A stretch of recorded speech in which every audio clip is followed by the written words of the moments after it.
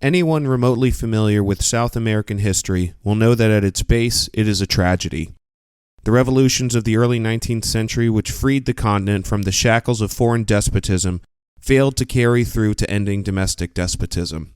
Still, the peoples of South America venerate the man who more than any other was responsible for their freedom, Simón Bolívar. Today, however, we seek to show where Bolívar went wrong and how South America can be fixed today.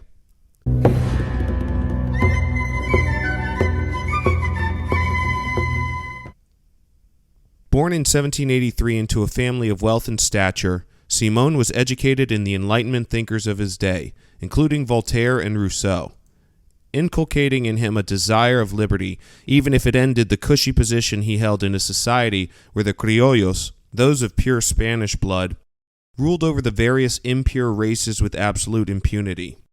His interest in revolution was only intensified when he visited France under Napoleon in 1804.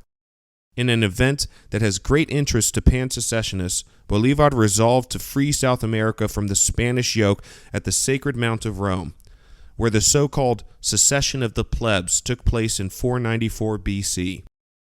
The lower classes of ancient Rome had a trump card when their wishes were being ignored by the powerful, voting with their feet. A mass emigration of workers starved the Roman state of its lifeblood, and so it was used or threatened throughout antiquity. In a similar way, Bolívar sought to free his fellow slaves to the Spanish Empire from what he called an even lower form of slavery than Eastern despotism, for at least the great Sultan of the Turks is a Turk. Spending the next few years secretly cultivating a network of anti-royalists, his chance for action came in 1810, when the French removed the last vestiges of Spanish authority in Europe. Taking advantage of this crisis, and with the help of the British, liberal Venezuelans set up a supreme junta that claimed to be the true representatives of the Spanish monarchy. Bolívar led a liberal underground movement, Sociedad Patriótica, which pushed for true independence. The Sociedad successfully defeated the conservatives in the junta, and on the 5th of July, 1811, the First Republic of Venezuela was declared. This republic was very ill-fated, and poor leadership and acts of God, such as the 1812 Caracas earthquake, which killed 20,000 Venezuelans, led it to an ignominious defeat. Bolívar managed to escape arrest and fled to the sister republic of New Granada, modern-day Colombia. From there, he and his allies launched a second campaign for freedom under a second republic starting in 1813. Again, setbacks and mistakes plagued him, even with his declaration of total war, with the war to the death decree, which allowed no quarter to the royalist forces. And in 1815, he fled for his life to British Jamaica, once again seeking British support for the movement as the jaws of the Spanish closed around New Granada as well. At this point, the future for freedom in South America looked as dark as it did when Bolívar was a boy. Bolívar was not satisfied with British proposals for help, and in 1816, he visited the Free Black Republic of Haiti. Pledging to end slavery as part of his reforms, Bolívar received ample support from Haiti's president to return to the fight against the miserable slaves of absolute power. While the British state ended up not providing significant support to Bolívar's new Third Republic of Venezuela, thousands of British and Irish liberal volunteers augmented his ranks and provided essential training to his eager but untrained troops, a large portion of which were simply bardos, mixed-race South Americans, who rose up against the empire without weapons or even uniforms. These legions joined Bolívar as he won back Colombia and Venezuela from the Spanish, and in 1819 united the two republics into a Gran Colombia, a centralized authoritarian state that Bolívar believed fulfilled the needs of the disparate peoples of the two nations. This belief in centralization will come back in relevance, but for now, Bolívar was going from victory to victory, liberating Ecuador in 1821 and helping the Peruvians fight the royalists further south in 1823. The war against the Spanish had also become less brutal, with the death decree being repealed in 1820. Peru remained an independent nation, although Bolívar and his supporters had designs on a unified South American republic. Generalissimo Bolívar at this point had such a godlike status among South Americans that the country of Bolivia, well to the south of Venezuela, declared him to be their president, and of course their namesake, when they declared independence in 1825. By the following year, the Spanish no longer had any power on the entire continent. Freedom was finally secured.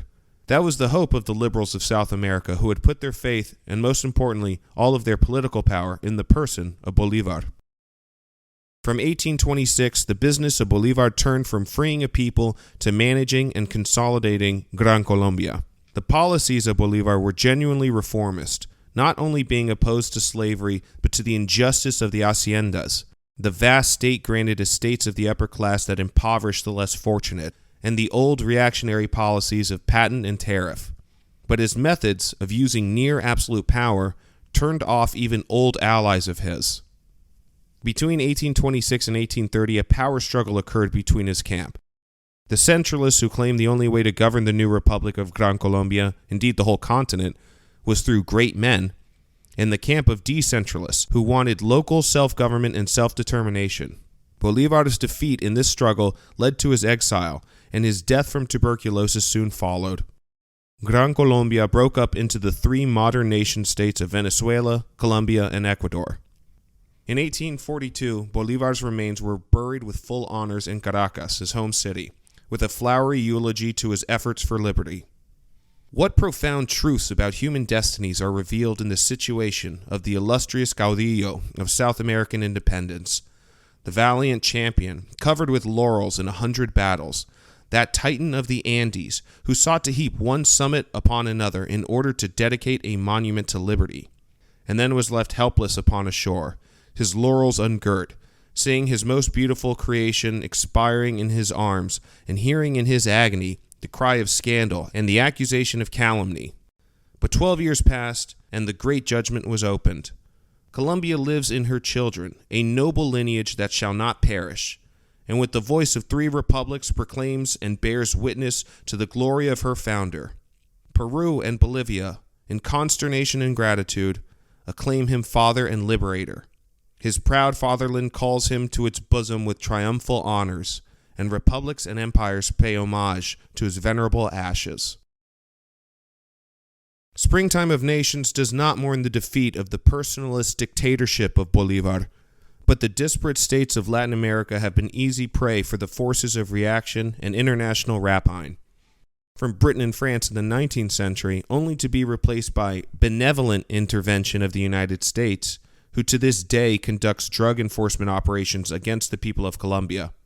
If Bolivar had kept his ego in check and favored a confederation of the rather underpopulated states of South America, a strong but free association of American states could have stood up to the great powers and reduced the great landed estates that plague the continent to this day.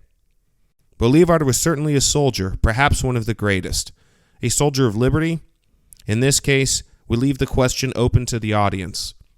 Long live South America, and may 1,000 flowers bloom.